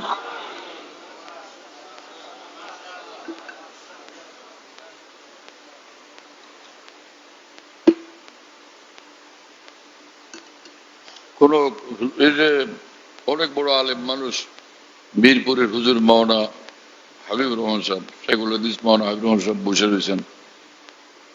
কোনো কথা যা আলোচনা করছে কোরআন সুন্নাহর খেলাফ মনে হয়েছে কোনো একটা? হুজুর তো বলেন যে বিলকুল না। হ্যাঁ, আমাদের যে উলামায়ে কেরাম যারা আছেন, আপনাদের কি খেয়াল? কোনো কথা কোরআন সুন্নাহর খেলাফ যদি থাকে, আসেন এখানে এসে মাইক দিয়ে প্রতিবাদ করেন, কোনো সমস্যা নেই, প্রতিবাদও করবেন এবং আমি পুরস্কারও দেব ইনশাআল্লাহ। হ্যাঁ, 10,000 না হলে 5,000 কমপক্ষে 2000 দিব ইনশাআল্লাহ, যিনি প্রতিবাদ করবেন। কিন্তু কোরআন সুন্নাহর দলিল প্রমাণ সহ প্রতিবাদ করতে হবে, আর না হলে খবর আছে। কোরআন সুন্নাহর দলিল প্রমাণ সহ কথা প্রতিবাদ করলে আমি মাথা নত করতে বাধ্য ইনশাআল্লাহ, এবং মাথা নত করবো, আমার অঙ্গীকার। আর যদি কোরআন সুন্নাহর দলিল প্রমাণ ছাড়া এমনি হইচই করেন, এরকম লক্ষ্য হয়েছে কি আমি কোনো পাত্তা দিই না আলহামদুলিল্লাহ, এর পরোয়াই করেন, এর কিছু ধারি না আমি এগুলো আলহামদুলিল্লাহ।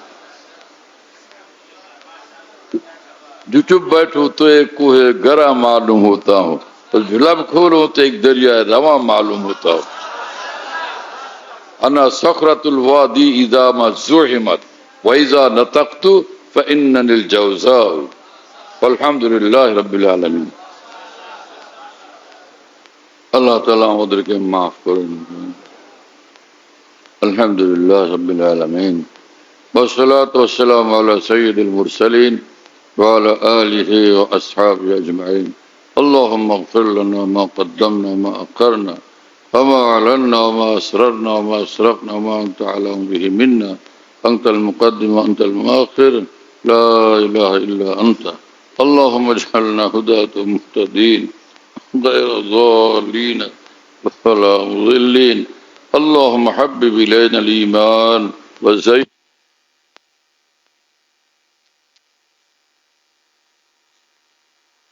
آت نفوسنا تقواها وزكها أنت خير من زكاها أنت وليها مولاها. اللهم طهر قلوبنا عن غيرك ونور قلوبنا بنور معرفتك أبدا. اللهم ربنا أغننا بالعلم وزينا بالحلم وأكرمنا بالتقوى وجملنا بالعافية، وأكرمنا بالتقوى وجملنا بالعافية، وأكرمنا بالتقوى وجملنا بالعافية. اللهم فقنا في الدين وحببنا إلى الناس. اللهم فقنا في الدين وحببنا إلى الناس. اللهم فقنا في الدين وحببنا إلى الناس. আয় আল্লাহ আমাদের সকলকে মাফ করেন, আয় আল্লাহ সমস্ত মুসলমানকে মাফ করেন, আমাদের সকলকে, আমাদের तमाम উলামায়ে দ্বীন, আমাদের तमाम তুলাবায়ে ইকরামকে আল্লাহ ওয়ালা বানায়া দেন, সচ্চা আলিমে দ্বীন বানায়া দেন, ফকিহ ফিদ্দীন বানায়া দেন, কামিল মুত্তাকি বানায়া দেন, আউলিয়া সিদ্দিকিনের মধ্যে আপনি শামিল করেন। আমাদের সকল উলামায়ে কেরামকে, বিশেষভাবে আমাদের সকল তুলাবায়ে কেরামকে, আমাদের সন্তানাদিকে আয় আল্লাহ আমাদের চক্ষুর শীতলতা বানান, আমাদের জন্য নাজাতের জরিয়া বানান, নাজাতের উসিলা বানান, সচ্চা আলিমে দ্বীন বানান, সচ্চা খাঁটি নায়েবে রসুল বানান, আকাবির দ্বীনের উলুম মারিফের এবং আকাবির দ্বীনের আখলাকে হামিদার ওয়ারিসে কামিল আপনি বানায় দেন। সমস্ত দ্বীনি মাদারিসের উলামা তোলাবাদেরকে আপনি এইভাবে কবুল করেন। तमाम মাশায়েখ এবং মাশায়েখে কেরামের সমস্ত রুহানি আওলাদদেরকে আপনি এইভাবে কবুল করেন। আমাদের সকলের কামিল ইসলাহ করে দেন, আমাদের সকলকে কামিল তাকওয়া দান করেন, কামিল ইত্তেবায়ে শরীয়ত, ইত্তেবায়ে সুন্নতের জিন্দেগি দান করেন। যারা যেখানে দ্বীনের পথে চলতেছে নিজের বুঝ মোতাবেক, কিন্তু সেখানে যে গুমরাহি এবং গলতি এবং নাফরমানি এবং শরীয়তের খেলাফ কর্মকাণ্ড, রব্বুল আলামিন নিজ কর্মে আপনি সকলের ইসলাহ করে দেন, নিজ কর্মে সকলের সংশোধন করে দেন, নিজ কর্মে সকলকে দ্বীনদার নেককার আল্লাহওয়ালা বানায়া দেন। আয় আল্লাহ আমাদের যারা রাষ্ট্র পরিচালনা করেন তাদেরকে দ্বীনদার বানান, নেককার বানান, সহি বুঝ দেন এবং শরীয়তের খেলাফ কোনো কিছুই যেন তারা না করেন সেটার খেয়াল রাখার সেই বুঝ তাদেরকে আপনি দান করেন, সেই জ্ঞান এবং তৌফিক তাদেরকে দান করেন। যারা এই সকল কথা বলেন যে আমরা শরিয়া আইন মানি না, এই সকল কথাবার্তা থেকে তাদেরকে তওবা করার তৌফিক দান করেন। শরিয়া আইন মানবেন না তো কিসের আইন মানবেন? হ্যাঁ, শরিয়া আইন তো আল্লাহ পাকের আইন ভাই। তো মহান আসমান জমিনের যে মহান মালিক এবং যিনি আমাদের পরম স্রষ্টা এবং একমাত্র স্রষ্টা এবং যিনি আমাদের লালন কর্তা, পালন কর্তা, আমাদের নিয়ন্তা, তার কথা, তার হুকুম, তার আইন মানব না তো এর কি অর্থ? তার ধৃষ্টতার সাথে সেটা প্রকাশ করা সেটা কঠিন অপরাধ। যারা যে সকল মুসলমান এইভাবে অন্যায় অপরাধ করতে অভ্যস্ত, আল্লাহ তাদেরকে তওবা করার তৌফিক দেন, হক কবুল করার তৌফিক দেন, দ্বীন কবুল করার তৌফিক দেন, ঈমান কবুল করার তৌফিক দেন এবং বাতিল পথ পরিহার করার তৌফিক দান করেন। আর যারা ইসলামের জন্য মেহনত করেন, রাজনীতি করেন, তাদের মধ্যে যে সকল ভুল পদক্ষেপ আছে, ভুল চিন্তা আছে, রব্বুল আলামিন রহমতুল্লাহ আলমিন সাল্লাল্লাহু আলাইহি ওয়াসাল্লামের উসিলায় তাদের সেই সব বিষয়ের আপনি সংশোধন করে দেন, তাদেরকে হক কবুলের তৌফিক দান করেন, সমস্ত অন্যায় সিদ্ধান্ত অন্যায় বিষয়গুলো অন্তর থেকে ইখলাসের সাথে পরিহার করার জন্য তৌফিক দান করেন। আমাদের প্রতিটি দিনই মাদ্রাসাকে সুন্নত শরীয়তের জিন্দা মডেল বানায় দেন, আসলাফ ও আকাবের উম্মতের সচ্চা মডেল বানায় দেন, সচ্চা নমুনা বানায় দেন। আমাদের সব জরুরত গায়বী খাজানা থেকে পুরা করেন। तमाम मुसलमाনের জরুরত, तमाम উলামা মাশায়েখের জরুরত, तमाम খুদ্দামে শরীয়ত রাহবরানে তরিকতের সব জরুরত গায়বী খাজানা থেকে পুরা করে দেন। তুলাবায়ে কেরামের সব জরুরত গায়বী খাজানা থেকে পুরা করে দেন। সম্মানিত জিন্দেগি আপনি দান করেন।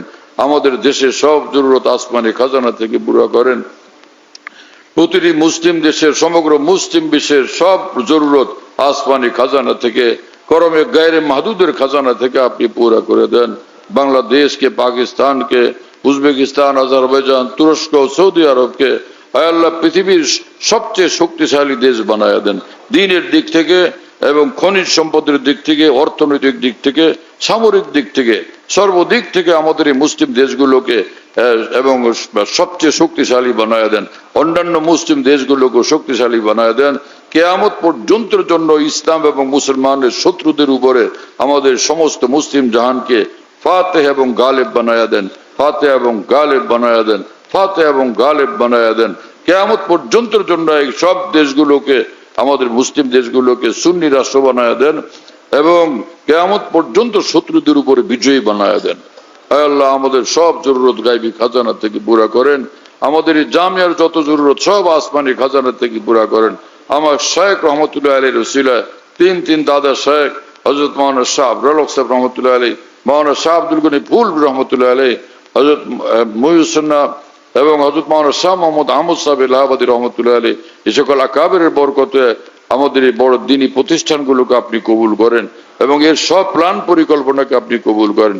হাকিমুল উম্মত মুজাদ্দিদ মাওলানা আশরাফ আলী থানভী রহমাতুল্লাহ, হুজ্জতুল ইসলাম মাওলানা কাসিম নানতী রহমাতুল্লাহ, ইমাম রব্বানী মাওলানা রশিদ আহমদ গঙ্গুই রহমাতুল্লাহ, হাজী ইমদাদুল্লাহ মুহাজির মক্কি রহমাতুল্লাহ, মিয়াজি নূর মোহাম্মদ জনজানবী রহমতুল্লাহ আলাইহি, হযরত মুজাদ্দিদ আল-বেসানি রহমতুল্লাহ আলাইহি, এই সব মহান আমাদের যত আকাবের দ্বীন আছেন তাদের বরকতে আমাদের সব দোয়া মোনাজাতকে কবুল করেন, সব মিনতিকে কবুল করেন। আমাদের সকল দ্বীনি মাদ্রাসাগুলোকে, দ্বীনি প্রতিষ্ঠানগুলোকে, দ্বীনি মার্কাজগুলোকে আপনি কবুল করেন। এগুলোকে কিয়ামত পর্যন্ত আপনি মজবুত ভাবে কায়েম রাখেন এবং বিজয়ী রাখেন এবং এগুলোকে সুন্নত শরীয়তের মার্কাজ হিসাবে আপনি কবুল করেন। আকাবের দিনের উলুম মারিফার মার্কাজ হিসাবে আপনি কবুল করেন।